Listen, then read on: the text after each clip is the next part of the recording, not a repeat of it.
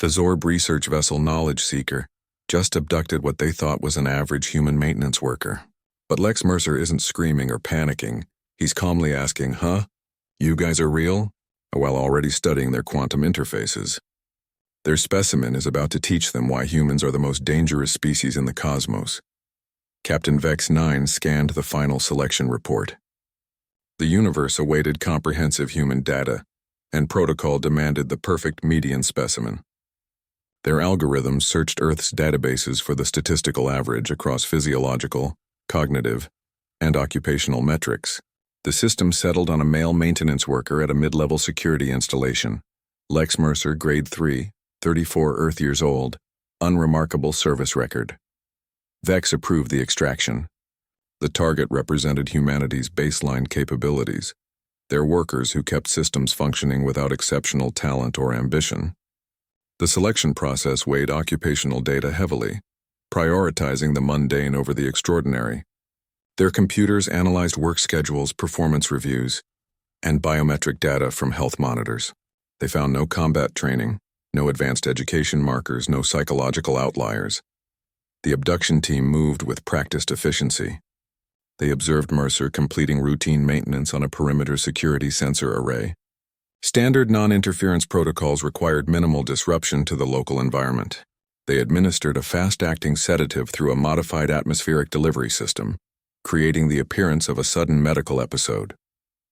Backup teams implanted fabricated hospital records and witness memories suggesting a spontaneous aneurysm.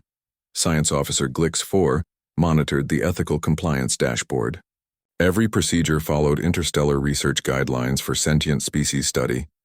The crew maintained professional detachment, viewing the subject as data rather than person.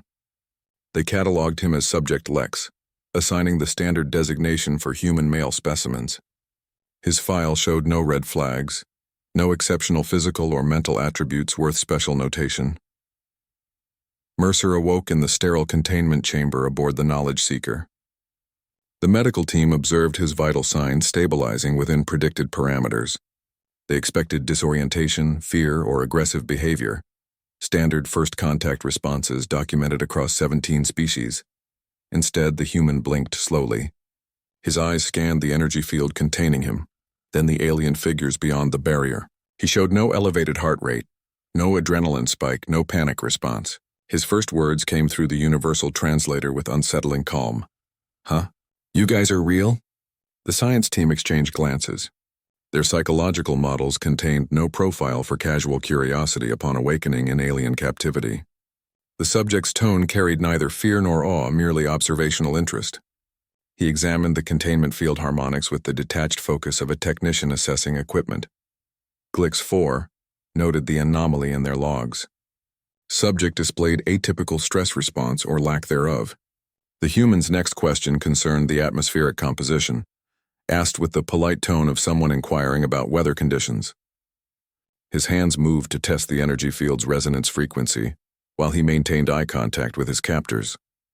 The crew's confidence in their selection remained unshaken. They attributed the calm demeanor to mediocrity rather than control. A truly exceptional specimen would show stronger reactions, fear, anger, or attempts to negotiate. This passive acceptance fit their profile of an average human worker, accustomed to following procedures without question. They prepared for the psychological assessment phase, adjusting the testing parameters to account for what they perceived as limited cognitive engagement. The containment field hummed at precisely 47.3 MHz, a frequency that induced mild disorientation in most species. Mercer noted the vibration against his palm, his expression shifting to analytical consideration rather than distress. The medical team administered the standard cognitive baseline injection.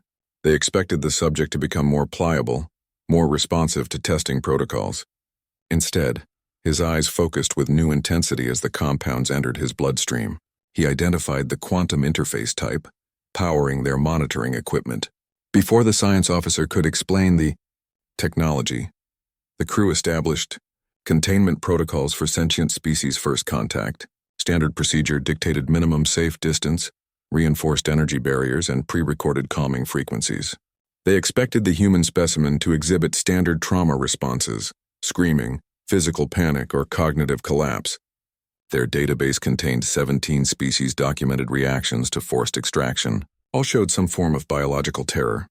Lex Mercer showed none of these. He stood calmly within the containment field, hands at his sides. His breathing remained even, his heart rate steady at 68 beats per minute. He examined the energy barrier not with fear, but with technical interest. His eyes tracked the harmonic oscillations where the field met the chamber floor.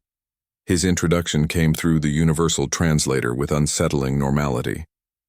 Name's Lex Mercer. You folks have some interesting engineering here. The words carried the casual tone of someone meeting new colleagues at a construction site. He maintained eye contact while his fingers subtly tested the field's resonance frequency. Science Officer Glix 4 noted the anomaly in their psychological models. The human stress biomarkers showed no elevation. His cortisol levels remained baseline. The autonomic nervous system readings indicated calm awareness, not fight-or-flight response. The translation matrix processed his speech as simple statements of fact, missing the subtle undertones. The universal translator failed to capture the dry humor in his delivery. When Mercer commented that the containment field could use better dampeners, the system rendered it as a technical observation. The crew interpreted it as ignorance rather than expert critique. They saw a maintenance worker discussing systems beyond his comprehension. His calm demeanor reinforced their assumptions about human mediocrity. They believed they had captured the perfect average specimen, one accustomed to following orders without question. The absence of fear signaled passive acceptance rather than controlled competence. Their psychological profiles had no category for strategic patience. The medical team administered standard cognitive assessment stimulants. They expected the chemicals to induce either heightened anxiety or suggestible compliance. Instead, Mercer's focus sharpened. His examination of the chamber became more systematic, more methodical. He noted the placement of monitoring sensors, the airflow patterns, the energy conduits feeding the containment system. The crew prepared to explain their quantum interface technology. They had elaborate presentation materials designed to introduce primitive species to advanced physics. The educational program assumed total ignorance of quantum mechanics. Mercer spoke before the science officer could begin. Your quantum coupling uses Type 7 resonance, doesn't it? Rare to see that outside theoretical models. He identified the technology they considered their most advanced system. The statement came not as a question but as confirmed observation. The science team froze. Type 7 quantum interfaces existed only in classified Zorb research laboratories. No species outside their civilization should recognize the technology, let less identify it by resonance signature. The maintenance worker from Earth had named their most advanced system within minutes of awakening. Glix 4 reviewed the selection criteria. The algorithms had prioritized occupational data over psychological assessment. They sought average humans, not exceptional ones. The system screened out military personnel, scientists, and strategic thinkers. A maintenance worker represented the statistical mean of human capability. The medical sensors registered Mercer's increased brain activity. The stimulants were working, but not as intended. Instead of creating pliable test subjects, they enhanced his analytical capabilities. His questions became more specific, more technically precise. The crew decided to proceed with standardized testing protocols. They believed the quantum interface identification represented a lucky guess or coincidence. Their confidence in their selection process remained unshaken. They moved Mercer to the assessment chamber where puzzles and physical challenges awaited. The human followed without resistance, his attention still focused on the ship's systems. He noted the door mechanisms, the lighting control interfaces, the security camera placements. His casual examination continued even as they secured him in the testing harness. The universal translator processed Lex Mercer's speech as simple, declarative statements. It stripped away nuance, flattening complex human communication into basic information exchange. The system treated all inputs as literal truth, incapable of understanding sarcasm, irony, or tactical deception. It translated words without capturing meaning. When Lex observed their testing procedures and commented, "We don't know this drill," the system rendered it a statement of ignorance. The crew interpreted it as confirmation of their specimen's limited capabilities. They failed to recognize the phrase as military terminology, indicating unfamiliar protocols rather than lack of understanding. His patient silence during equipment calibration registered as passive compliance. The monitoring systems logged his calm demeanor as docility, rather than strategic observation. They saw a subject waiting for instructions, not a professional assessing system vulnerabilities. The translation matrix processed his minimal responses as simplicity rather than economy of communication. The crew's confidence in their technology blinded them to its limitations. They trusted the translator's outputs without considering what might be lost in conversion. Their entire communication strategy relied on a system that couldn't detect subtle defiance or concealed expertise. They viewed Lex through the distorted lens of their own technology. Lex began adapting his speech patterns to exploit these weaknesses. He used simple sentence structures that translated cleanly while conveying multiple meanings to a human listener. His questions about life support systems sounded like casual curiosity through the translator. The actual meaning carried technical specificity about pressure differentials and failsafes. He asked about meal schedules while actually inquiring about supply chain logistics. He discussed sleeping arrangements while mapping crew rotation patterns. The translator processed everything at surface level, presenting the Zorb team with what appeared to be mundane concerns from a simple specimen. The science team prepared their first technological demonstration. They brought out a crystalline processing unit, their most advanced computing technology. The intricate lattice structure glowed with internal energy patterns. They intended to gauge the human's reaction to technology far beyond Earth's capabilities. Lex studied the device for approximately 3 seconds. His eyes tracked the energy flows within the crystal matrix.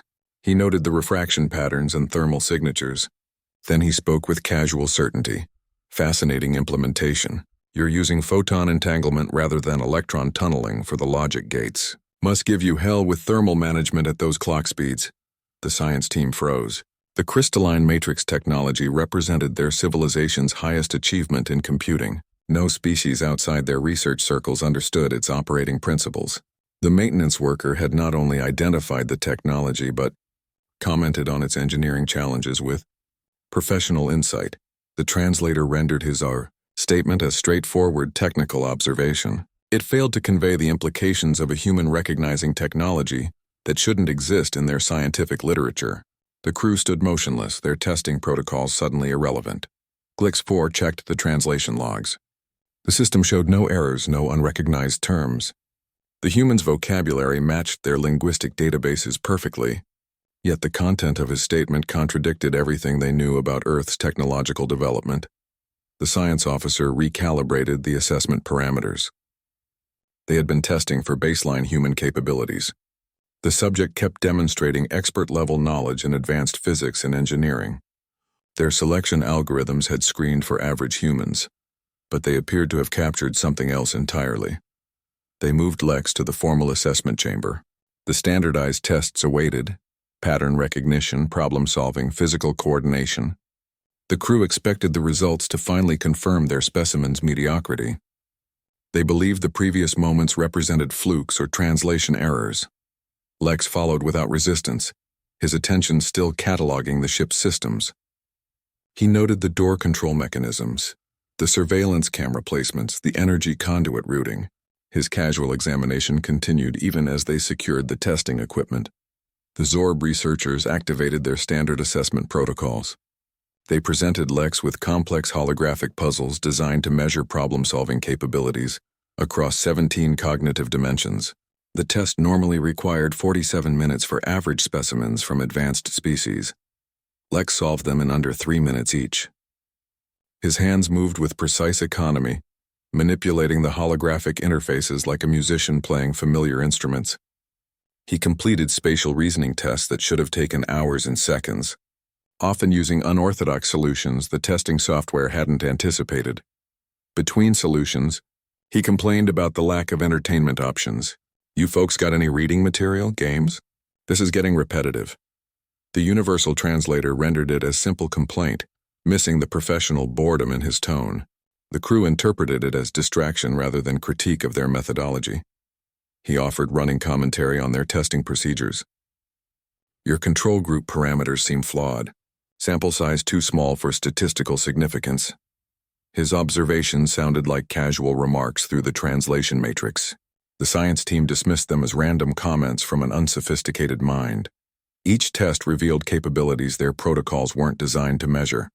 Lex demonstrated advanced pattern recognition, systems analysis, and strategic forecasting.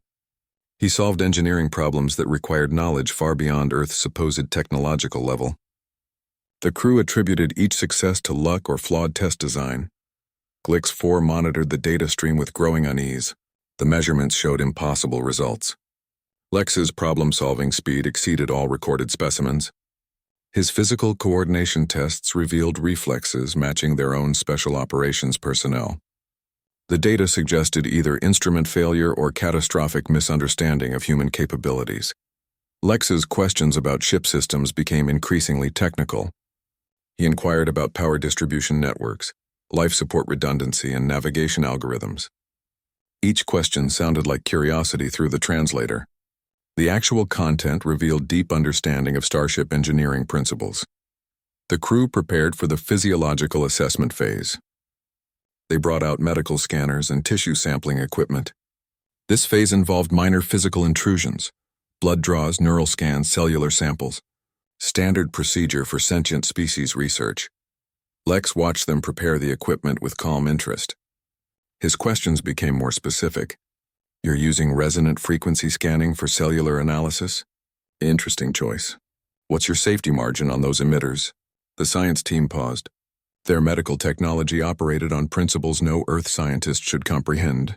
The maintenance worker was discussing technical specifications with the familiarity of someone who'd used similar equipment. Lex continued his polite interrogation. And after the tissue sampling, you'll move to stress testing under simulated combat conditions. Standard sequence for threat assessment profiling. He described their entire testing agenda in precise detail, including phases they hadn't yet mentioned. The revelation hung in the air. Their subject hadn't been merely undergoing tests. He'd been analyzing their methodology, predicting their movements, understanding their intentions better than they understood them themselves. The maintenance worker had mapped their entire operational sequence from first principles. HFY reviewed the selection criteria again. The algorithms had prioritized occupational data from Earth's employment databases. They sought average humans, not strategic analysts.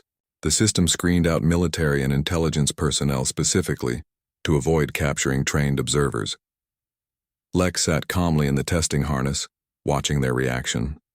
His expression remained neutral, but his eyes tracked every movement, every exchanged glance, every nervous adjustment of equipment.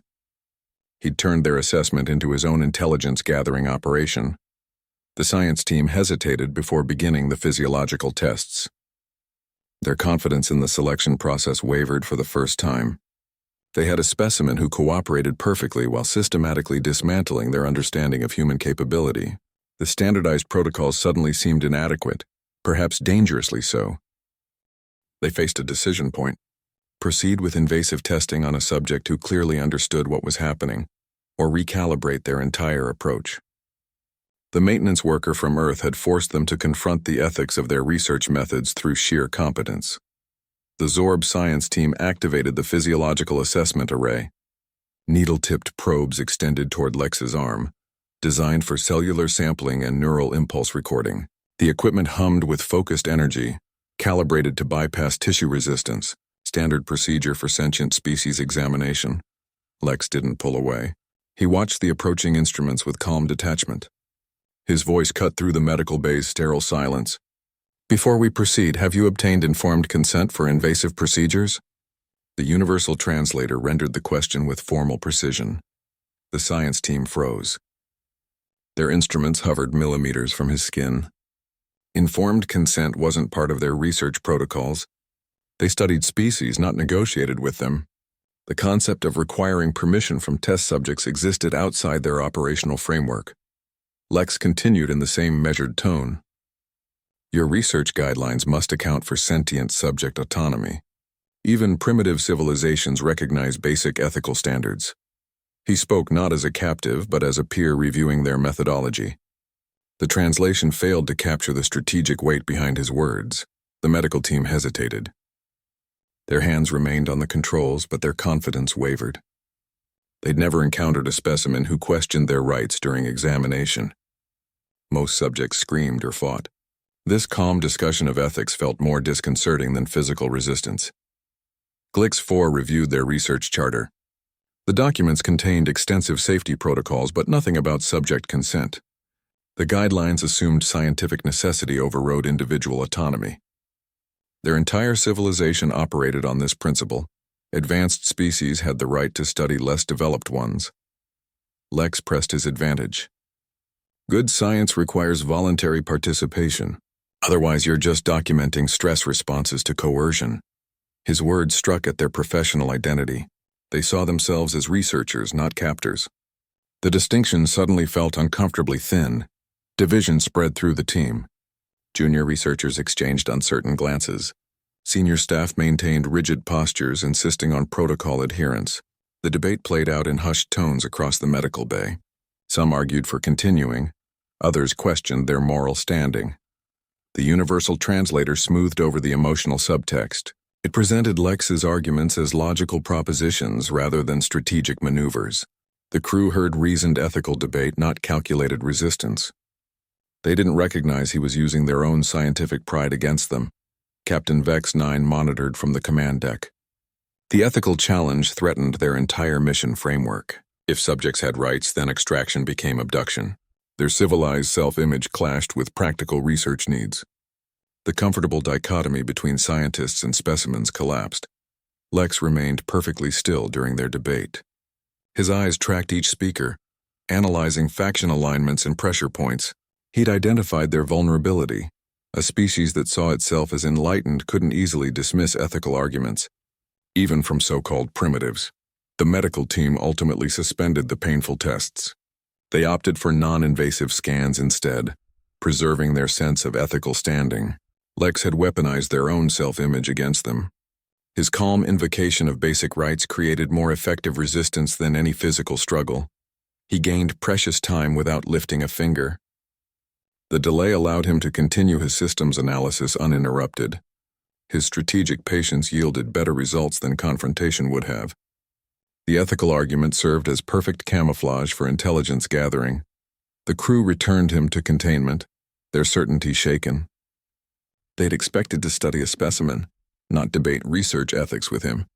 Their confident extraction protocol now felt uncomfortably close to simple kidnapping.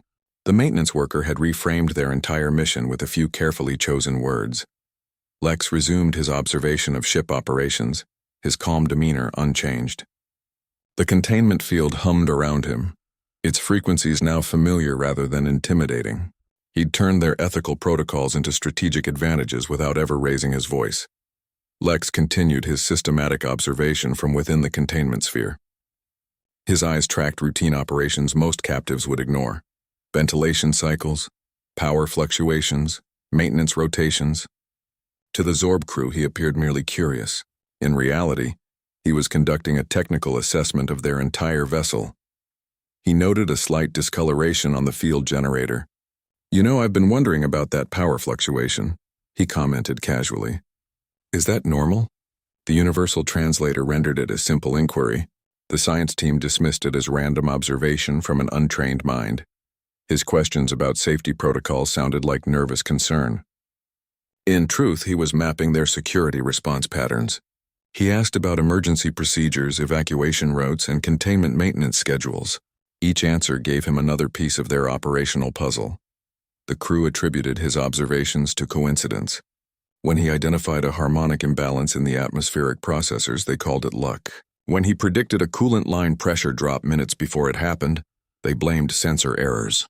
Their confidence in technological superiority blinded them to his growing understanding of their systems.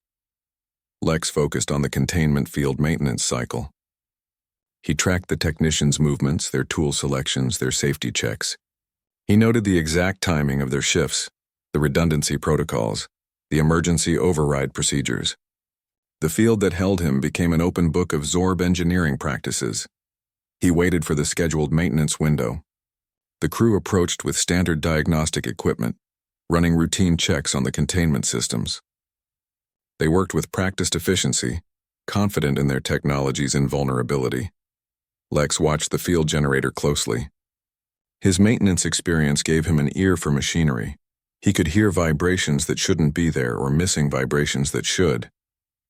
The field's harmonic signature felt slightly off, a minor phase variance building toward critical failure. He made his prediction calmly. Your containment field is about to experience a phase variance, probably within the next 90 seconds. The science team dismissed it as nonsense. Their sensors showed perfect stability. They continued their maintenance procedures without extra precautions. 47 seconds later, their alarms blared. The containment field flickered as a quantum phase variance rippled through its matrix. The maintenance team scrambled to stabilize the system, their movement suddenly urgent instead of routine. The variance created a brief window of opportunity.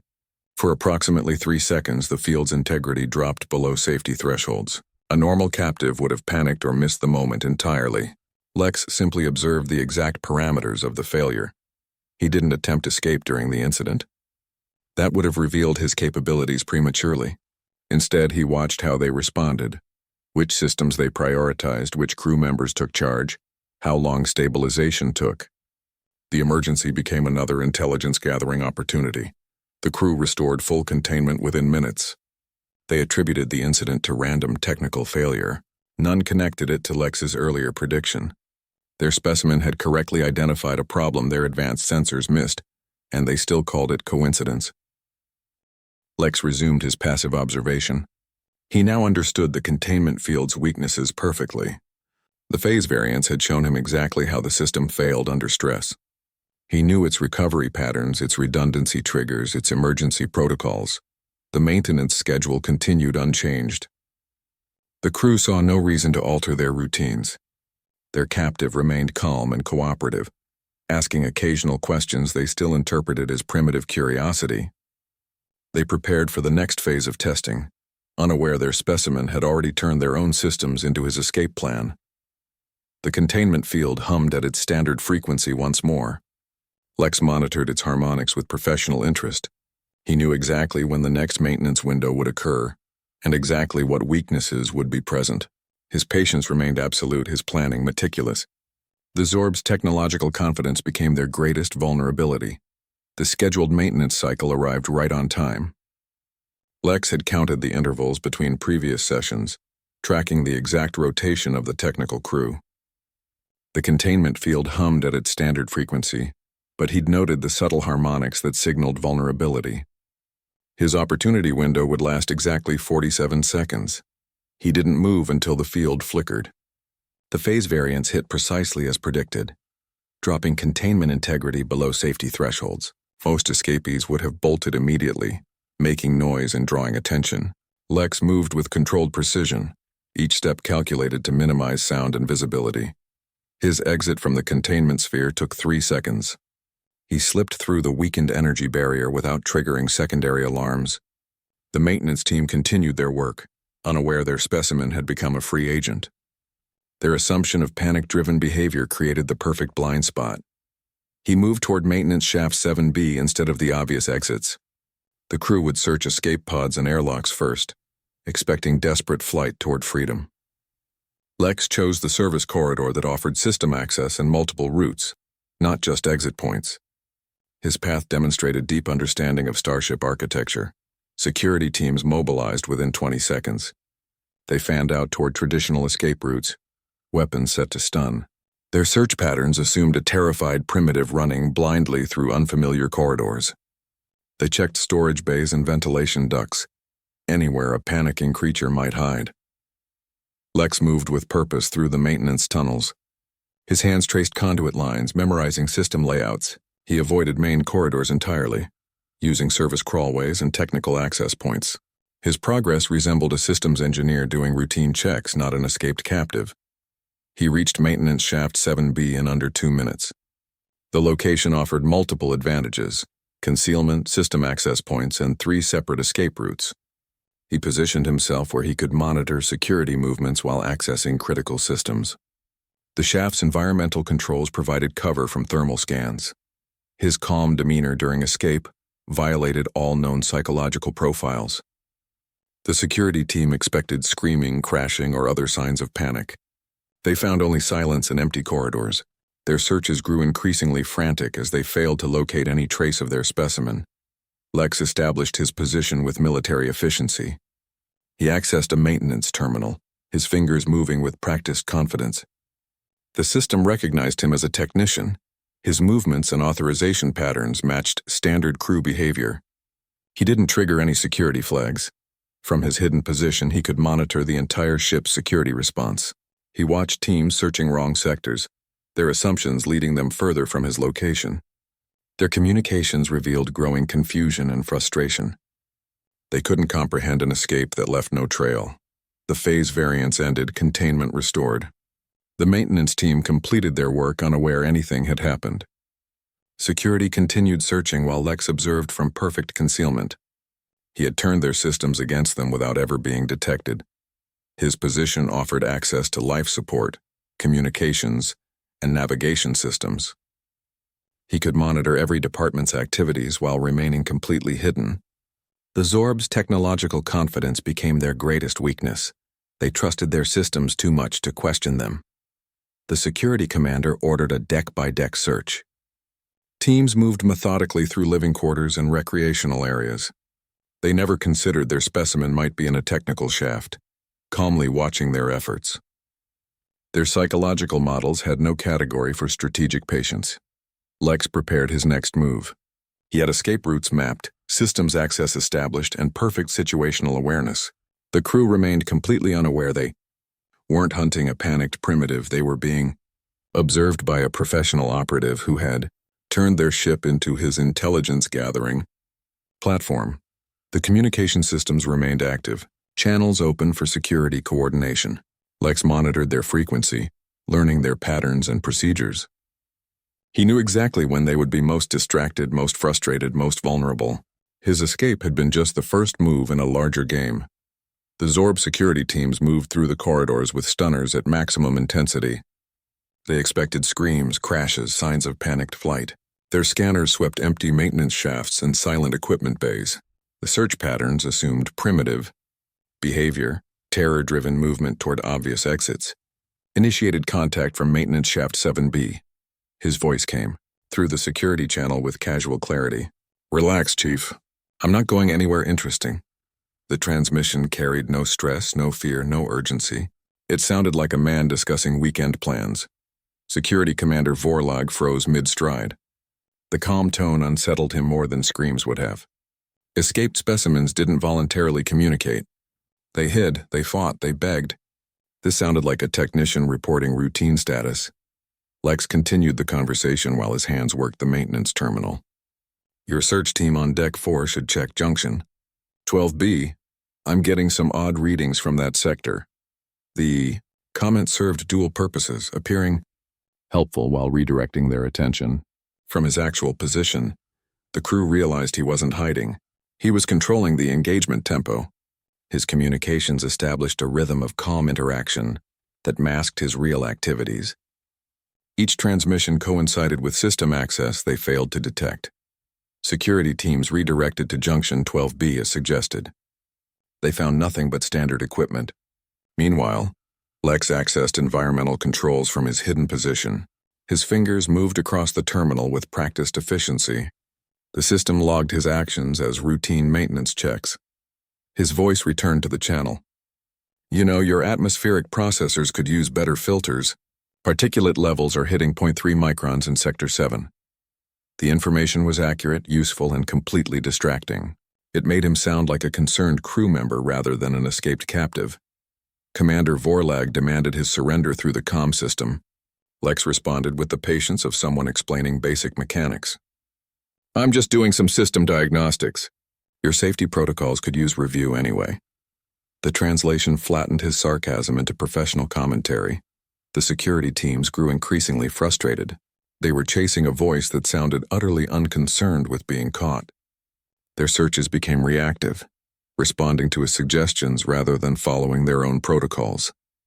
Lex had turned their manhunt into a directed activity. His calm narration continued. "Your teams might want to avoid conduit shaft Gamma 9. Pressure readings suggest a possible leak." The warning was genuine and also kept them away from his position. He protected himself by appearing protective of them. The first system override occurred during his next transmission. As Lex commented on life support efficiency, he rerouted power from security sensors to environmental controls. The shift registered as automatic load balancing rather than unauthorized access. Security teams lost thermal imaging in 3 sectors. They assumed system glitches rather than deliberate action. Their captive's calm voice discussing ventilation systems masked the systematic takeover of their ship's functions. Lex's communications created a perfect smokescreen. The crew focused on his words rather than his actions. They analyzed his tone for fear or deception, missing the technical operations happening behind the conversation. His calm became the ultimate camouflage. The security breach escalated silently. Lex gained control of minor systems first: lighting, communications, environmental controls. Each access point provided more leverage over more critical functions. His voice remained steady throughout, discussing technical details like a board engineer. Commander Vorlag finally recognized the pattern. The comm communications weren't just conversation, they were tactical distractions. Each transmission covered some new system infiltration. The realization came too late. Lex already controlled enough systems to dictate terms. The security teams regrouped, changing their search parameters. They started looking for system anomalies rather than physical movement. Their shift in strategy acknowledged they weren't hunting a primitive specimen anymore. They were facing a professional who'd turned their own technology against them. Lex's final transmission before system takeover was typically understated. You might want to check your primary control interfaces. I'm seeing some unusual activity there. The warning coincided with his access to the ship's navigation systems. The calm voice had become their biggest threat. The first alarm sounded in atmospheric processing. A pressure imbalance triggered containment protocols, sending environmental teams scrambling. 63 seconds later, navigation reported quantum interference in their positioning systems. The alert seemed random, disconnected, nothing more than routine system glitches.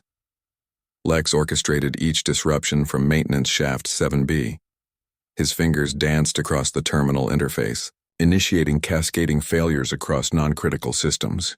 He targeted specific vulnerabilities identified during his captivity: the slightly unstable power coupling in Sector 4, the overtaxed cooling system in quantum processing, the outdated filtration algorithms in life support.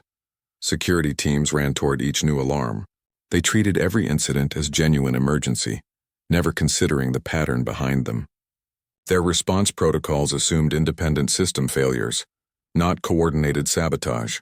The chaos provided perfect cover for Lex's real objectives. He didn't cause actual damage. Every malfunction was reversible, every system recoverable. His goal wasn't destruction but distraction, keeping the crew occupied while he accessed more critical systems. The security teams became actors in a play they didn't know they were performing. The breaches followed a precise rhythm. Each new alarm drew attention away from Lex's actual location and current activities. When environmental teams rushed to handle a reported oxygen leak, he accessed communication systems. When navigation struggled with positioning errors, he infiltrated power distribution networks. His actions revealed deep understanding of starship architecture. He knew which systems connected to which, how failures would propagate, where teams would deploy. The pattern showed professional familiarity with security protocols and emergency response procedures. This was no lucky guessing, it was calculated orchestration. Commander Vorlag began noticing the timing.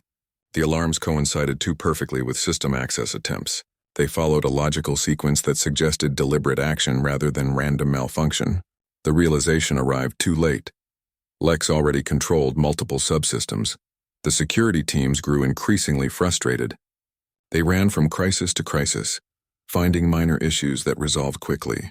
Their sensors showed no intruder movement, no unauthorized access patterns. The ship seemed to be experiencing coordinated bad luck rather than deliberate sabotage. Lex watched their movements through security cameras. He adjusted his disruptions based on their responses, creating feedback loops that kept them constantly off balance. When teams consolidated in one area, he created emergencies in 3 others. When they established perimeter security, he triggered internal system failures. The final phase began with simultaneous alerts across 7 departments. Environmental, navigation, communications, and power systems all reported critical failures at once. Security teams split into smaller units, each responding to different emergencies. Their coordination broke down under the strain. Lex used the confusion to access environmental control.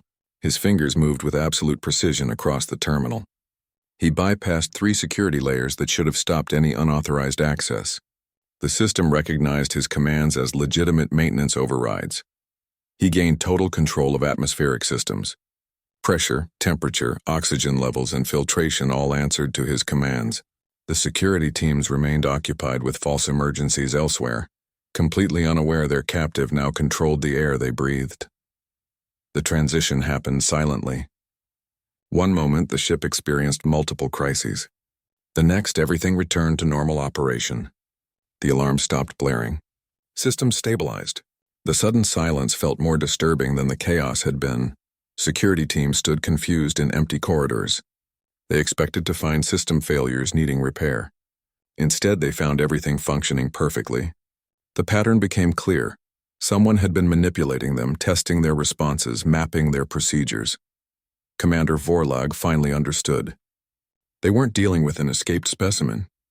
They were facing a professional who had turned their ship into his playground. The random alarms had been deliberate distractions covering systematic infiltration. The confrontation would happen on the intruder's terms. Lex controlled key systems now. He could manipulate environment, communications, even life support. The hunters had become the hunted, their technological superiority neutralized by one man's understanding of their weaknesses. Captain Vex 9 reached for the comm system. The time for security teams was over. This required command-level intervention. The calm voice from Maintenance Shaft 7B had become the most dangerous thing aboard their ship. Captain Vex 9 opened the ship-wide comm channel. His voice carried the weighted authority of command protocol. Specimen Mercer, you will surrender immediately. Return to containment or face maximum force authorization. The demand echoed through maintenance shafts and corridors, leaving no room for negotiation. Lex's response came through clean and measured, no static, no distortion. Captain Vex, this is Commander Alexander Mercer, Earth Defense Intelligence Counter-Technology Division. The words hung in the air, precise and formal. The universal translator captured every syllable with military clarity. The bridge crew froze at their stations. The title changed everything. Maintenance Grade 3 became Commander. Simple Worker became Intelligence Operative. Their specimen became their adversary. The revelation reframed every previous interaction aboard the ship. The calm curiosity during awakening became strategic assessment. The technical questions became intelligence gathering. The ethical arguments became psychological operations. Even the escape became calculated maneuver, rather than desperate flight. Their average human had been a professional observer from minute 1. Science Officer Glix 4 reviewed the selection data with new eyes. The maintenance cover had been perfect camouflage. The algorithm searched for exceptional profiles, soldiers, scientists, leaders. They deliberately avoided anyone showing strategic capability. A maintenance worker represented the ultimate mediocrity, the perfect statistical average, except Mercer wasn't average. His cover identity had been meticulously constructed. The employment records, the biometric data, the psychological profiles, all crafted to present the perfect, unremarkable human. Their selection protocols had been played from the beginning. The Zorb realized they hadn't captured a specimen. They'd acquired a strategic operative. Their scientific expedition had become an intelligence failure of monumental proportions. They'd brought aboard someone trained to analyze their technology, their procedures, their weaknesses. Captain Vex maintained his composure, but his hands tightened on the command console. Explain yourself, Commander. The title felt foreign, dangerous. They'd been studying him while he studied them. The power dynamic shifted in that single transmission. Mercer's voice remained calm, professional. Earth is officially announcing its presence on the galactic stage. Consider this your formal introduction. The statement carried the weight of planetary policy, not individual declaration. This wasn't about one man's survival. It was about species-level strategy. The bridge screens flickered. New data streams appeared alongside their normal displays. Star charts with human designations, technology assessments, diplomatic protocols. Mercer had been compiling information while they thought they were testing him. Security teams stood down on silent orders. Their weapons suddenly seemed inadequate against what they faced. This wasn't containment breach, this was first contact orchestrated by the contactee. They'd followed their standard procedures right into a carefully laid trap. The science team reviewed their initial assessment data. Every test result took on new meaning. The puzzle solutions showed advanced strategic thinking. The physical coordination matched special operations training. Even the ethical arguments reflected sophisticated psychological manipulation. Mercer continued transmission. Your abduction protocol provided perfect cover for my insertion. Your systems offered excellent intelligence gathering opportunities. The compliment sounded like after-action report assessment, not conversation. The Zorb's technological superiority became their greatest vulnerability. Their confidence in their systems, their procedures, their selection algorithms, all turned against them. They'd built the perfect environment for human intelligence gathering without realizing it. Captain Vex authorized full security lockdown, but the order felt hollow. Mercer already controlled key systems. The lockdown would only confirm which systems he'd compromised. Every security measure became another data point for analysis. The communication channel remained open. Mercer's calm breathing echoed through the bridge speakers. The sound of a man completely in control of his environment. The maintenance worker disguise had been discarded, revealing the professional beneath. Earth had arrived on the galactic stage not as petitioners, but as players. The Zorb's scientific mission had become humanity's diplomatic introduction. Their specimen had become their ambassador, their captive, their conqueror. The transition happened without weapons fire, without threats, without violence. Just a simple statement of identity that changed everything. Commander Mercer had turned their ship into his negotiation table. Commander Mercer's transmission continued, each word reshaping the reality aboard the Zorb vessel. Your abduction protocol provided ideal conditions for Operation Trojan Horse. Earth required 3 specific objectives from this encounter. The statement carried no arrogance, only operational clarity. The first objective, comprehensive assessment of Zorb technology. Every system interaction, every containment field harmonic, every interface type identification served this purpose. Mercer hadn't been studying their technology out of curiosity. He'd been conducting professional evaluation. His comments about quantum resonance and thermal management weren't guesses. They were field assessments from a trained analyst. The second objective, acquisition of galactic databases. Star charts, species registries, diplomatic records, all transferred during his system accesses. The random alarms and distractions hadn't been sabotage. They'd been cover for data extraction. While security teams chased false emergencies, Mercer downloaded their entire knowledge base about the cosmos. The third objective, delivery of Earth's declaration. Not as petitioners seeking inclusion, but as equals announcing their presence. The message wasn't negotiable.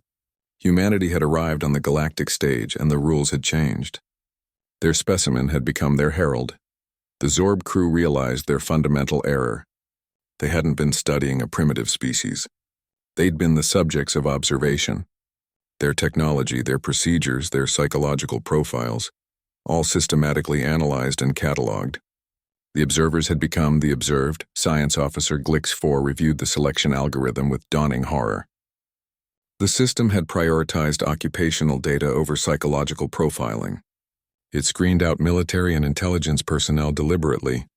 They'd sought average humans, never considering someone might disguise capability as mediocrity. Their perfect specimen selection had been their critical vulnerability. Captain Vex monitored the bridge displays showing Mercer's data transfers. The information flow indicated deep system penetration. Their security hadn't been breached. It had been systematically bypassed by someone who understood it better than they did. Their technological confidence became their downfall. The communication channel remained active. Mercer's voice maintained its professional calm. Earth established the Technology Defense Charter after the Roswell incident. It prohibits direct first contact with non-hostile species. The statement reframed their entire encounter. Their scientific mission had violated interstellar ethics they didn't know existed. The charter favored observation over interaction. It mandated passive monitoring unless threatened. The Zorb's abduction had provided legal justification for Earth's response. Their violation of ethical standards became Mercer's authorization for counterintelligence operations. The operation's code name, Trojan Horse, now made perfect sense. They'd brought their own instrument of defeat aboard willingly. Their selection protocols, their containment procedures, their testing methodologies, all served Earth's objectives better than their own. Mercer's maintenance cover provided ideal camouflage. It explained his technical knowledge without revealing strategic capability. It accounted for his calm demeanor without suggesting special training. The persona had been meticulously constructed to exploit their assumptions about human mediocrity. The Zorb's entire mission framework collapsed. Their scientific certainty became strategic blindness. Their advanced technology became intelligence feedstock. Their captive became their commander in every meaningful sense. Earth's preparation became apparent. Decades of reverse engineering, strategic planning, and ethical framework development.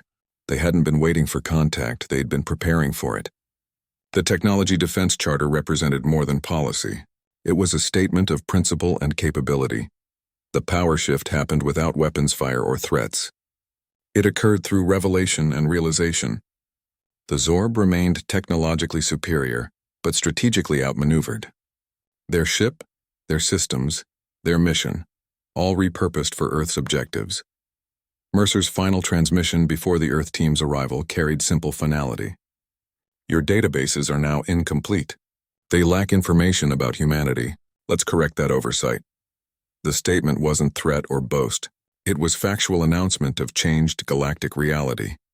The bridge crew monitored incoming sensors. A vessel approached with technology matching their own. The Earth team's arrival would complete the operation's final phase. The Trojan Horse had delivered its payload perfectly. The Earth shuttle docked with seamless precision. No weapons fire, no forced entry. Just clean magnetic coupling against the Zorb hull. The airlock cycled open without resistance. Commander Mercer controlled the ship's defenses from his hidden position, granting access while maintaining security override. 6 humans stepped aboard wearing crisp gray uniforms. Each bore a 7-star emblem on their shoulder, Earth's newly declared standard. They moved with disciplined calm that signaled absolute control. Their weapons remained holstered, their eyes scanning rather than threatening. The team's leader identified himself as Captain Reyes, his voice carrying formal authority without aggression. The Earth team's technology matched Zorb systems in critical areas. Their scanners bypassed security protocols Mercer had already compromised. Their communication equipment interfaced directly with ship systems. Their environmental suits maintained perfect atmospheric balance without external support. Technological parity had been established before first contact. Captain Reyes addressed the Zorb crew with diplomatic precision. "We are here to facilitate an orderly transition." His words carried no threat of retaliation, only professional assurance. The power dynamic reversed completely. Captors became guests, captives became hosts. The shift happened through calm assertion rather than force. The Zorb crew were relocated to designated quarters with full diplomatic courtesy. No restraints, no threats, no invasive procedures. Earth personnel provided for their biological needs without coercion. The treatment stood in stark contrast to their own handling of Mercer. Humane conduct became strategic demonstration. Captain Reyes toured the Zorb vessel with professional interest. His team assessed systems without altering them, observed procedures without interfering. Their annotations suggested improvements rather than criticisms. The approach emphasized cooperation over domination, though the underlying message remained clear. Earth could have taken the ship by force if desired. The negotiation phase began in the main conference room. Earth representatives presented terms based on mutual technological advancement. They offered access to human research in exchange for galactic databases. The proposal framed the encounter as opportunity rather than conflict. Scientific cooperation replaced specimen extraction. Captain Reyes's final statement carried historical weight. "Consider this a formal diplomatic introduction." The words announced Earth's presence without aggression or submission. They signaled the end of passive observation and the beginning of active participation. Humanity had arrived on its own terms. The Zorb crew adjusted to their new status as diplomatic guests. Earth personnel ensured their comfort while maintaining security protocols. The arrangement demonstrated strategic patience, rewarding cooperation while retaining control. Every interaction reinforced the new power balance without humiliation. Mercer emerged from Maintenance Shaft 7B, his movement still economical and precise. He joined Captain Reyes without ceremony, their exchange indicating long-established coordination. The maintenance worker disguise had served its purpose. The intelligence operative now stood revealed. The Earth team's calm professionalism proved more unsettling than aggression would have been. They treated the Zorb crew with respect while maintaining absolute control. Their confidence suggested this wasn't their first interstellar operation, merely their first Gong Kai declaration. Technological assessments continued throughout the ship. Earth engineers studied Zorb systems with professional curiosity. Their notes suggested admiration rather than envy, analysis rather than appropriation. The approach emphasized mutual learning over exploitation. Captain Reyes authorized limited Zorb access to non-critical systems. The gesture demonstrated trust while maintaining security. It also provided additional data on how the crew responded to regained privileges. Every action served multiple strategic purposes. The transition completed within hours. Earth controlled the vessel's vital systems, while the Zorb retained nominal authority. The arrangement balanced practical control with diplomatic appearance. It allowed both sides to save face while establishing clear hierarchy. The Earth team's uniforms drew curious examination. The 7-star emblem represented humanity's united front, a symbol created for galactic recognition. Its simplicity contrasted with elaborate Zorb insignias, suggesting different cultural priorities. Medical teams ensured all biological needs were met without intrusion. No scans, no samples, no experiments, just basic care respecting species requirements. The humane treatment underscored Earth's ethical stance, while highlighting Zorb's earlier violations. Communications reopened under Earth supervision.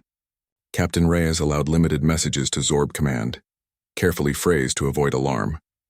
The transmissions maintained diplomatic norms while confirming the new reality.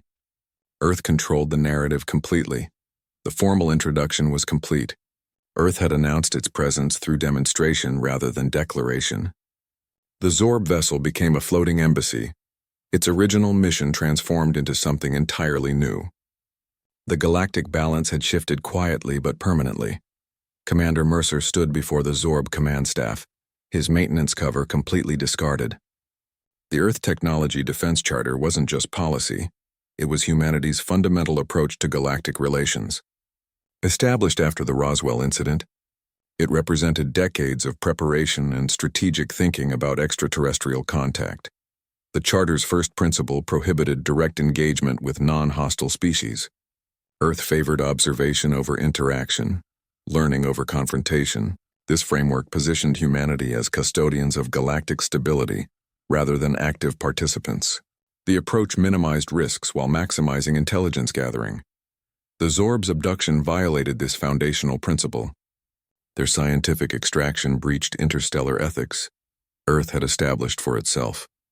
This violation provided legal and moral justification for Mercer's counter-operation. What they saw as research, Earth viewed as diplomatic transgression. Mercer explained the zookeeper analogy without condescension. Humanity saw itself as responsible for maintaining cosmic balance, not as specimens for study. This perspective reframed their entire encounter from aggressive to defensive action. Earth wasn't conquering, it was correcting a violation of established norms. The ethical framework transformed the power dynamic. The Zorb's advanced technology became irrelevant against Earth's moral positioning. Their scientific mission now appeared reckless and unethical. Mercer's operation seemed measured and justified by comparison. Captain Vex absorbed the implications. His crew hadn't been studying primitives, they'd violated another civilization's sovereign space. Their abduction protocol, which seemed standard procedure, constituted an act of interstellar aggression under Earth's framework. The moral high ground shifted completely. The Charter's existence revealed sophisticated galactic strategy. Earth hadn't been waiting helplessly for contact, it had been preparing deliberately. The Roswell incident provided enough information to develop comprehensive policies and capabilities. Humanity approached the cosmos with caution and preparation. Mercer's calm demeanor during captivity now made perfect sense. He wasn't resisting. He was conducting authorized intelligence gathering under established protocols. Every question, every observation, every system analysis served Earth's defensive objectives. The Zorb had provided the perfect opportunity. The zookeeper principle extended beyond mere observation. It included limited intervention when necessary to maintain stability. Mercer's operation represented exactly such intervention, responding to a violation that threatened galactic norms. The action was defensive, not aggressive. The crew's treatment as diplomatic guests reinforced this framework. Earth demonstrated ethical conduct even while assertively protecting its interests. The humane approach stood in stark contrast to their own specimen handling. The difference in philosophies became unmistakably clear. Mercer's final statement carried the weight of changed reality. Earth must be reckoned with as powers, not studied as curiosities. The declaration ended centuries of cosmic isolation. Humanity announced its presence not as petitioners but as equals demanding recognition. The transition happened without weapons or threats.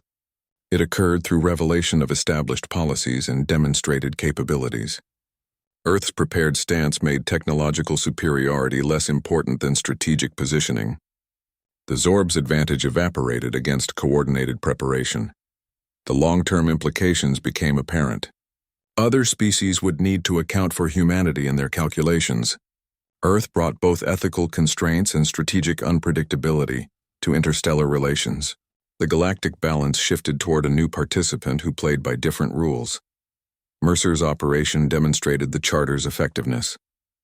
Observation provided intelligence, preparation created capability, and ethical frameworks offered moral authority. The combination proved more powerful than technological advantage alone. Earth's approach revolutionized interstellar engagement paradigms. The era of one-sided exploitation ended before it began. Humanity emerged as both stabilizer and disruptor, maintaining peace while challenging established practices. The cosmos gained a new power that valued learning over conquering, observation over intervention. The zookeeper principle established Earth's unique role. Neither conqueror nor subject but responsible guardian. This positioning created diplomatic advantages that pure technological superiority couldn't match.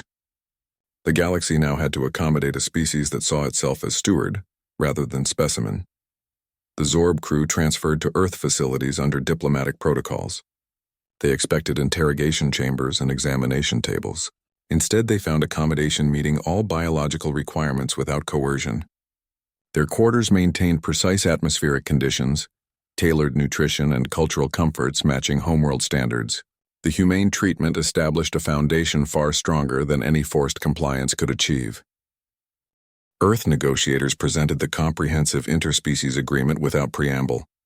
The document outlined mutual scientific cooperation, data exchange protocols, and technology sharing frameworks. It transformed the Zorb's own research from exploitation tool to collaborative foundation. Their abduction attempt became the unlikely catalyst for accelerated advancement.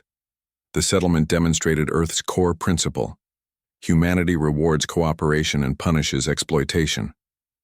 The Zorb received access to human technological developments they hadn't known existed. In return, Earth gained star charts and galactic databases that would have taken decades to compile independently. Both civilizations advanced further through partnership than either could have alone. Captain Vex studied the agreement terms with professional admiration. The document balanced generosity with strategic caution. It offered genuine technological exchange while protecting Earth's security interests. The negotiation tone remained firm but fair, demonstrating sophisticated diplomatic capability. Every clause reinforced the new power dynamic without humiliation. The Zorb's transition from hunters to partners completed quietly. Their scientists began working alongside human researchers almost immediately. Joint teams analyzed the very data originally gathered from Mercer's captivity. The same information that aimed to exploit humanity now served mutual advancement. The reversal demonstrated perfect strategic irony. Earth's facilities impressed the Zorb with their technological sophistication. The research centers matched their own capabilities in critical areas. Environmental systems, computational resources, and laboratory equipment all met interstellar standards. The demonstration of parity made cooperation seem inevitable rather than compelled. The diplomatic settlement established precedents that would echo across galactic relations. It proved advanced technology didn't guarantee dominance against strategic preparation.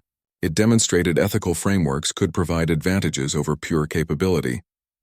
Most importantly, it showed humanity's unique approach to interstellar engagement. Commander Mercer participated in the initial technology exchanges. His technical assessments during captivity proved invaluable for identifying productive collaboration areas. The maintenance cover had provided perfect intelligence gathering while concealing Earth's true capabilities. Every system examination aboard the Zorb ship now served peaceful purposes. The agreement included cultural exchange provisions alongside technological cooperation. Earth offered access to art, literature, and historical records. The Zorb provided equivalent materials from their civilization. The comprehensive approach built understanding beyond mere technical partnership. Security protocols maintained careful balance throughout the transition. Earth protected its interests while allowing genuine interaction. The Zorb operated under certain restrictions but without feeling like prisoners. The arrangement demonstrated sophisticated risk management alongside diplomatic openness. The lesson resonated through every interaction. Cooperation brought rewards, exploitation never could. The Zorb gained technological insights that would advance their civilization by generations. Earth acquired galactic knowledge that would protect it for centuries. Both species benefited from the encounter despite its difficult beginning. The hunters had become the hunted. The observers became the observed. Yet the transformation brought advancement rather than destruction. Earth's strategic patience turned potential conflict into productive partnership. The new galactic order included humanity not as subjects, but as architects. The settlement's implications extended far beyond two civilizations. It established patterns that would influence interstellar relations for generations. Other species would encounter Earth's unique combination of capability and ethics. The galaxy gained a new power that valued learning over conquering. The transition complete, both teams began joint operations immediately. Shared research projects launched within hours of the agreement signing. The speed demonstrated how thoroughly both sides recognized the opportunity. What began as abduction ended as alliance. The diplomatic facilities hummed with collaborative energy. Zorb and human scientists worked side by side, comparing technologies and methodologies. The initial tension gave way to professional curiosity. The settlement created something neither civilization could have achieved alone. Commander Mercer stood before the Zorb command staff, his posture relaxed, but his words carrying strategic weight. Humanity's advantage isn't technological superiority, it's adaptive intelligence under pressure. The statement reframed their entire encounter. The Zorb had focused on hardware capabilities while Earth leveraged cognitive flexibility. Their technological edge became their critical vulnerability. Advanced systems created predictable patterns. Sophisticated protocols generated exploitable routines. Lex identified weaknesses not despite their complexity, but because of it. Every automated process offered opportunities for creative intervention. Systems thinking provided the key advantage. While the Zorb viewed their ship as a collection of independent systems, Lex saw interconnected relationships. He understood how atmospheric controls affected security sensors. He recognized how power distribution influenced containment fields. His maintenance background taught him to see patterns where specialists saw only components. Limited resources forced creative solutions. Lex worked with what was available: maintenance access, casual observations, even conversation. He turned their own technology against them without external tools or support. The Zorb's sophistication became his toolkit. Ethical frameworks created strategic openings. Their research protocols contained contradictions Lex could exploit. Their self-image as enlightened scientists made them vulnerable to moral arguments. What they saw as philosophical discussion became tactical maneuvering. The appearance of mediocrity served as perfect camouflage. Lex's maintenance cover concealed strategic capability behind assumed incompetence. The Zorb's profiling system searched for obvious excellence, missing deliberately concealed competence. Their algorithms prioritized surface data over deeper patterns. Lex demonstrated the principle through action. One man identified containment field vulnerabilities through harmonic analysis. He predicted system failures before sensors detected them. He mapped security response patterns through casual observation. Each achievement required improvisation rather than brute force. The Zorb's diagnostic protocols became their weakness. Reliance on automated systems created blind spots. Trust in technological superiority bred complacency. Their entire security apparatus assumed conventional threats, not creative subversion. Lex's escape demonstrated adaptive intelligence in practice. He didn't overpower systems. He understood them better than their operators. He used scheduled maintenance cycles rather than forced entry. He exploited routine procedures rather than violating them. The path of least resistance became the most effective strategy. Communication barriers became advantages. The universal translator's limitations allowed strategic misdirection. Lex phrased observations to sound simple while conveying complex meanings. The system's literal interpretation masked his actual intelligence. The crew's psychological expectations created opportunities. They anticipated panic, so calmness disarmed them. They expected resistance, so cooperation confused them. Their models had no category for strategic patience. Lex operated outside their predictive parameters. Improvisation turned disadvantages into strengths. Limited mobility became extended observation time. Containment became protected positioning. Even the physiological tests provided data about their medical technology. Every constraint offered some compensatory benefit. The galactic balance shifted through demonstrated capability. Earth didn't need superior technology when it possessed superior adaptability. One man's understanding of systems defeated an entire starship's security. The lesson would resonate across interstellar relations. Technology could be reverse engineered. Resources could be acquired. But adaptive intelligence represented a unique advantage that couldn't be easily copied or countered. It turned limitations into strengths and opposition into opportunity. The Zorb's capture resulted from systematic underestimation. They judged by visible capability while missing concealed competence. Their technological confidence blinded them to cognitive superiority. The maintenance worker they dismissed became their most formidable opponent. Humanity's strength lies in turning constraints into advantages. Limited resources foster creativity. Technological gaps encourage innovation. Even ethical constraints provide moral high ground. Every apparent weakness contains potential strength. The encounter demonstrated that galactic dominance wouldn't be determined by who possessed the best technology, but by who could best adapt available resources. Earth's preparation met the Zorb's superiority, and adaptation defeated advancement. The lesson would change how every species viewed human capabilities. The knowledge seeker incident rippled through galactic networks within hours. Every species with interstellar capability received the after-action report. Command decks across the cosmos reviewed the data with new caution. Earth had arrived not as petitioners but as players. The calculus of interstellar power shifted overnight. Diplomatic equations now required human variables. Military strategies incorporated human unpredictability. Scientific protocols adjusted for human ethics.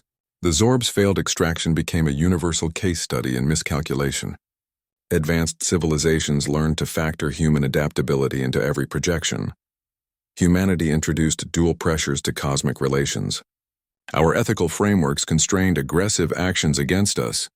Our strategic creativity made consequences unpredictable. Species could no longer assume technological superiority guaranteed dominance. The combination created diplomatic leverage greater than any weapon system.